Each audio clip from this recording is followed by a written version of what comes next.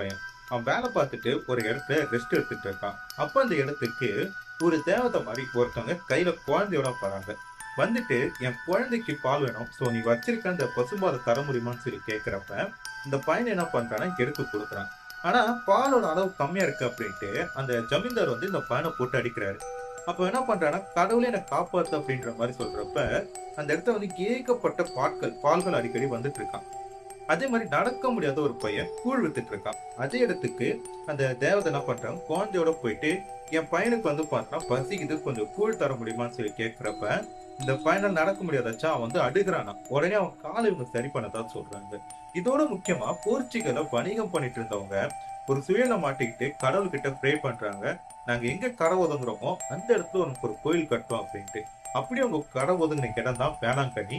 அது பார்த்தீங்கன்னா September 8. So அந்த ஒரு காரணத்துக்காகத்தான் வருஷம் வருஷம் வந்து பார்த்தீங்கன்னா, ஆகஸ்ட் 29ஆம் தேதி வேளாங்கண்ணி கோயில்ல வந்து பார்த்தீங்கன்னா கொடி ஏத்துவாங்க. ஸோ